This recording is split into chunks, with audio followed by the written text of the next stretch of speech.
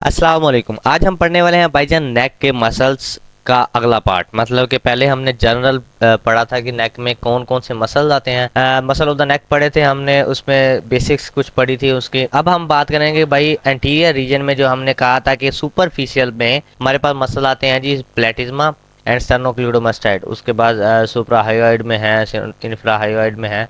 उनको बाद में फिलहाल हम जो है ये इस प्लेटिज्मा को पढ़ेंगे। So let's start the प्लेटिज्मा muscle.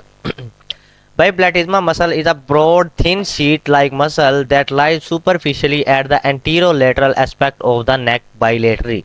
मतलब कि वो कहना चाह रहा है कि भाई ये जो प्लेटिज्मा मसल है, ये एक बारीक थिन सी शीट लाइक मसल है जो कि हमारी गर्दन के दोनों साइड पे यहाँ से लेकर नीचे तक जाता है।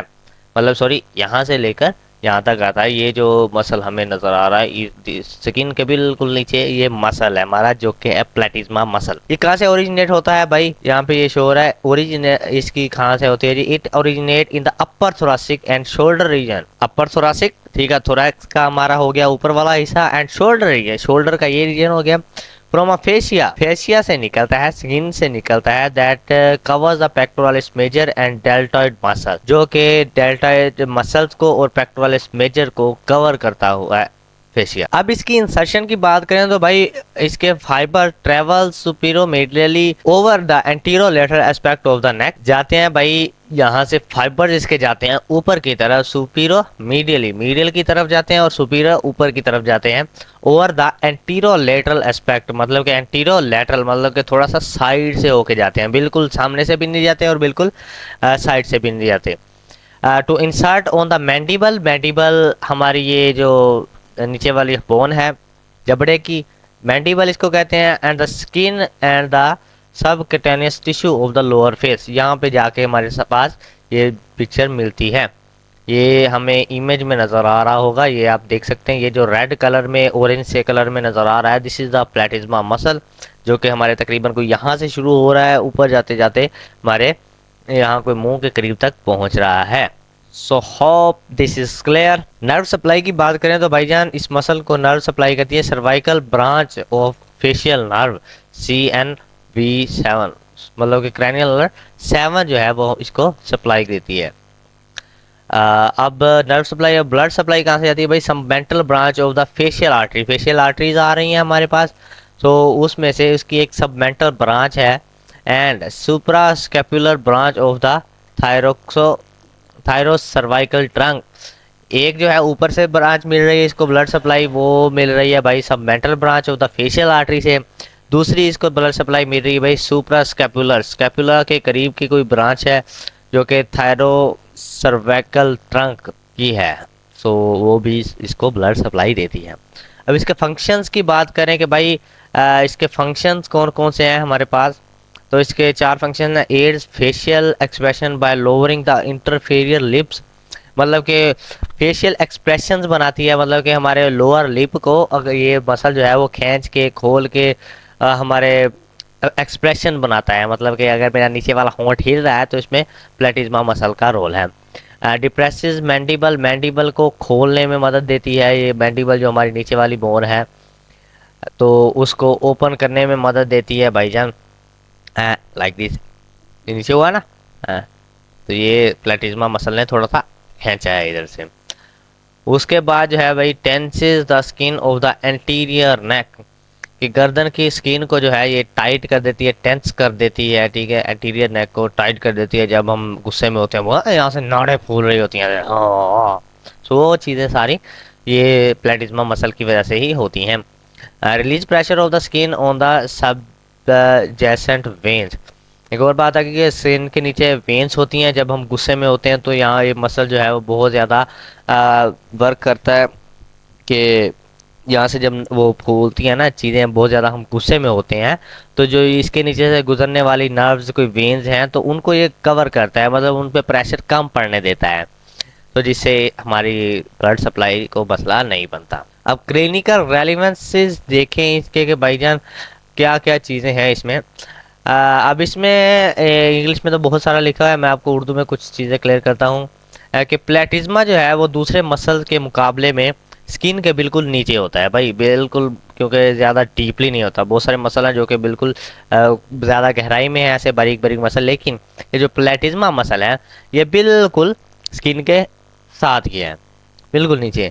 इसलिए नेक सर्जरी करते वक्त, जब नेक की सर्जरी की जा रही होती है किसी भी तरह, क्योंकि ये दोनों तरफ है ना ऐसे लाइक फैला हुआ है, तो डॉक्टर क्या करते हैं भाई, नीचे वाली नर्व और वेसल्स का ख्याल रखना पड़ता है, क्योंकि मसल के बिल्कुल नीचे ही ब्लड वेसल्स हैं, अगर वो कट गई तो फिर प्रोग्राम तो बढ़ जाएगा। जैसे जैसे फिर उम्र बढ़ती है तो ये मसल कम टाइट हो जाता है, मतलब कि अभी तो फिलहाल देखें ना, मेरा ये मसल जो है वो बिल्कुल ओके है, आपका भी बिल्कुल ओके होगा, मिडल एज में है आप लोग। लेकिन अगर एज बढ़ जाएगी तो यहाँ से ना वो मांस लमक जाता है, ढीला हो जाता है मांस। बुजुर्गों का आपने देखा होगा मांस जो है वो ये स्किन उनकी ढीली हुई पड़ी होती है, तो वे मसल की वजह से होती है। और नेक की स्किन लूज हो जाती है और रिंकल्स पड़ जाते हैं। और कभी कभी फेशियल नर्व पाल्से के बाद, मतलब कि फेशियल नर्व पाल्से एक सिंड्रोम है जिसमें एक नर्व का मसला बन जाता है और फेस जो है वो अच्छी तरह से काम नहीं कर पाता, मसल अच्छी तरह से काम नहीं कर पाते, नर्व क्योंकि डैमेज हो चुकी होती है। तो इसमें प्लेटिज्मा जो है वो इनवॉलेंटरी मूव करता है, जबकि फेस दूसरे मसल मूव होते हैं। मतलब कि अगर ऐसा इसके अनुसार प्रॉब्लम हो जाए तो इनवॉलेंटरी भाई, अगर कोई और मसल हम मूव करेंगे, मतलब हम स्माइल करेंगे या हम आंखों को ऊपर नीचे करेंगे, तो हो सकता है ये मसल भी साथ हमारा ऊपर नीचे हो, हल्का फुल्का मूवमेंट दे।